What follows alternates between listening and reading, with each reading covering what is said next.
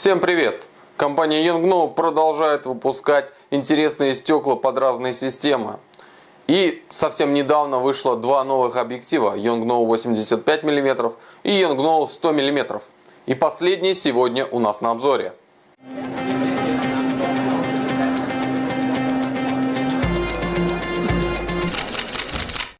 Итак, Yongnuo 100 мм. Это фикс-объектив, выпущенный для систем Canon, подходит для полнокадровых и для кроп-камер. В настоящее время не выпускается объективов под байонет Nikon, но тем не менее, я думаю, в ближайшее время его можно ожидать. Yongnuo 100 мм это телеобъектив с постоянной светосилой f2.0. Одновременно с ним вышел Yongnuo 85 мм со светосилой 1.8. Два данных объектива в своем классе по сути являются самыми дешевыми решениями, имеющими автофокус. Цена этих объективов в районе 10 тысяч рублей, и по сути за эти деньги вы не можете себе позволить даже родные БУ решения от компании Canon, такие как 85 мм 1.8 и 100 мм f2 соответственно. Некоторые моменты по поводу покупки Yongnuo 100 мм. Ну, во-первых, объектив был заказан из Китая, пришел примерно за 3 недели, принесли мне его прямо к порогу, вручили в руки, то есть сервис, можно сказать, на уровне. Следующий момент, который я хотел отметить, почему я взял именно 100 мм, и все-таки я хотел бы некоторых уберечь от того, чтобы брать именно 100 мм. Я взял это целенаправленно, потому что объектив 85 мм, пусть другой фирмы, но у меня уже имеется, я уже работал с этим фокусным расстоянием, мне про него много известно. В то время как объективов 100 мм у меня никогда не было, и мне интересно было посмотреть именно это фокусное расстояние. Однако большинству людей я бы не мог посоветовать покупать именно 100 мм объектив, особенно если речь идет о покупке объектива для кроп-камеры. Для кроп-камер больше подойдет объектив с фокусным расстоянием 85 мм, да и на полнокадровой камере многим это фокусное расстояние покажется более удобным. Давайте теперь немного поговорим о конструкции. Объектив достаточно компактный, внешне очень напоминает Canon 100 мм f2.0, но по какой-то причине он легче родного стекла. Вес Yongnuo около 390 грамм против 460 грамм у Canon 100 мм f2.0 соответственно. Диаметр передней линзы совсем небольшой, и это позволяет нам устанавливать светофильтры диаметром 58 мм. На корпусе ничего особенно примечательного нет. Здесь у нас есть переключатель между ручной и автоматической фокусировкой. Есть, соответственно, кольцо управления ручной фокусировки. Причем, обратите внимание, его ход достаточно небольшой, так же как было в Yongnuo 35 мм. Порядка 90 градусов, наверное. При этом кольцо вращается слишком легко, что может быть неудобно при ручной фокусировке. Также на корпусе у нас имеется шкала дистанции фокусировки. Ну и, конечно, у нас здесь металлическое байонетное кольцо. Что касается вообще фокусировки, то минимальная дистанция ее составляет 90 см. Это в целом стандартные значения для такого рода стекол. Мне этот объектив пришел всего несколько дней назад, но тем не менее я уже успел им пофотографировать. Примерно трижды я выводил его в свет.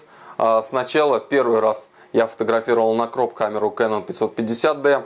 Фотографии с того фотоаппарата есть в моем блоге. Честно говоря, результатом, который был получен в ходе этой съемки, я был не удовлетворен. Очень много было промахов, но об этом мы чуть позже поговорим. Второй и третий выгул у нас состоялся уже с полнокадровым аппаратом. Это был Canon 5D Mark II. И сейчас вы увидите небольшую видеовставочку, как мы гуляем с ним и получаем какие-то фотографии. Второй день, когда мы снимали с него, мы не записывали на камеру. Тем не менее, в конце ролика вы увидите кадры, полученные во второй день съемок. В общем, смотрите, а позже уже обсудим.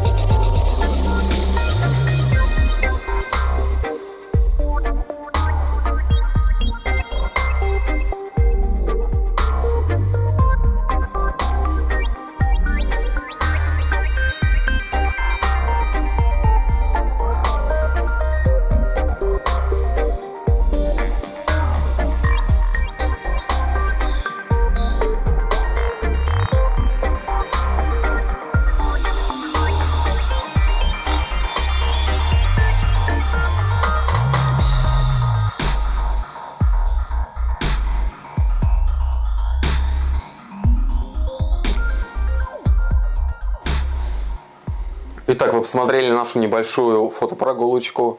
Мы сделали кое-какие кадры. Как я говорю, второй, третий день снимали исключительно на полнокадровую камеру. И если сравнить впечатления от кадров, которые мы получили в первый день и в последний, то они очень сильно разнятся. В первый день, когда мы снимали на кроп-камеру, мне показалось, что объектив слишком часто промахивается. Прежде всего я хочу отметить, что не стоит использовать автоматический выбор точек фокусировки. Стоит оставить только одну центральную точку автофокуса и фокусироваться по ней. Так вы избежите большого количества брака, который не связан напрямую с Yongnuo 100 мм, а скорее с камерами Canon.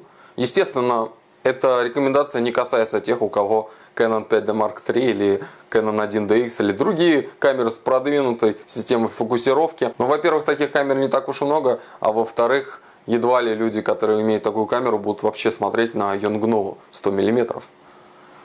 Первый день, когда мы фотографировали на Canon 550D, у нас было слишком много браков фотографии. Очень часто автофокус промахивался. Как я уже вам рассказал, нужно выбирать центральную точку автофокуса, но даже это не давало отличных результатов. Примерно 30-40% снимков были браком. То есть автофокус промахивался. Особенно это было заметно при съемке каких-то более-менее удаленных объектов. Когда я получил уже полнокадровую камеру и первый день с ней прошелся, то я понял, что автофокус работает уже лучше. Но все-таки проблема дальних объектов остается, а по передним он все-таки уже начал меньше промахиваться. Когда мы ходили с камерой уже на третий день, то у нас там было и освещение лучше, и мы уже немного приноровились к объективу, и практически, наверное, если не 100%, то 95% кадров, которые мы сделали, они уже были резкими, и они попадали в фокус. То есть получается, что этот объектив, к которому нужно немного привыкнуть. И прямо вот так вот с первого дня у вас вряд ли получится получать абсолютно качественные кадры, попадающие в фокус, точные и резкие. Что касается резкости, я тут хочу сразу отметить, что, как по мне, резкость на f2.0 недостаточная. Даже несмотря на то, что в большинстве случаев этот объектив используется для портрета, где резкость не так важна многим, где многим важнее размытие заднего плана и другие аспекты. Тем не менее, я хочу отметить, что даже если рассматривать с этой точки зрения данное стекло, то все равно резкость недостаточная даже для таких вот любителей художественности и не любителей резкости в портрете. Что касается размытия заднего плана, то, как по мне, оно достаточно простенькое. Сложно было ожидать масляного боке от этого недорогого, по сущности, объектива. Но, тем не менее, наверное, я ждал, что все-таки будет какой-то более вау-эффект. Но вау-эффекта не происходит, хотя объектив, конечно же, моет фон. Все-таки это 100 мм и диафрагма f2.0. Что касается системы автофокуса, то тут я хотел бы несколько моментов отметить. Во-первых, мотор автофокуса достаточно шумный. Я показывал уровень шума в обзоре Yongnuo 35 мм. Вот тут примерно все то же самое. Второй момент – это кольцо ручной фокусировки. Оно теперь у нас двигается не только в тепличных условиях, но и в условиях мороза. То есть оно не застывает, не замерзает и позволяет себя крутить. Что касается скорости автофокуса, то она здесь невелика. Объектив фокусируется достаточно медленно. Это, в общем-то, такие мои впечатления по поводу данного стекла и его использования за последние несколько дней. Что хотелось бы в итоге сказать. Yongnuo выпустила два объектива 100 мм и 85 мм. И у меня, честно, возникают вопросы, для кого выпущен вот именно этот объектив 100 мм. Сейчас объясню. Дело в том, что я бы не рекомендовал его брать на кроп-камеру, потому что слишком получается большое эквивалентное фокусное расстояние, около 160 мм для систем Canon. То есть объектив достаточно узкий, и даже на улице фотографировать не всегда удобно. Также этот объектив едва ли будут покупать профессиональные фотографы, у которых есть полнокадровая камера, просто потому, что он слишком бюджетный. У нас нет никаких данных по поводу того, насколько он будет надежным в процессе эксплуатации. Да и его рисунок оставляет желать лучшего. Я думаю, все-таки профессионалы предпочтут другие стекла. Остаются у нас только фотолюбители с полнокадровыми зеркалками. Ну, во-первых, таких немного, а во-вторых, даже они делятся на два, по сути, лагеря. Первый – это обеспеченные фотолюбители. И я считаю, что такие, так же, как и профессионалы, способны позволить себе лучшие стекла, чем Yongnuo 100 мм. Ну и остаются у нас только такие нищеброды, энтузиасты с полнокадровыми камерами, я бы так их назвал. Это люди, которые, да, любят фотографию, любят снимать, но у которых всегда не хватает денег на объективы, которых вот хватило денег на полнокадровую камеру, они ее купили и снимают различными гелиусами и другими простенькими стеклами.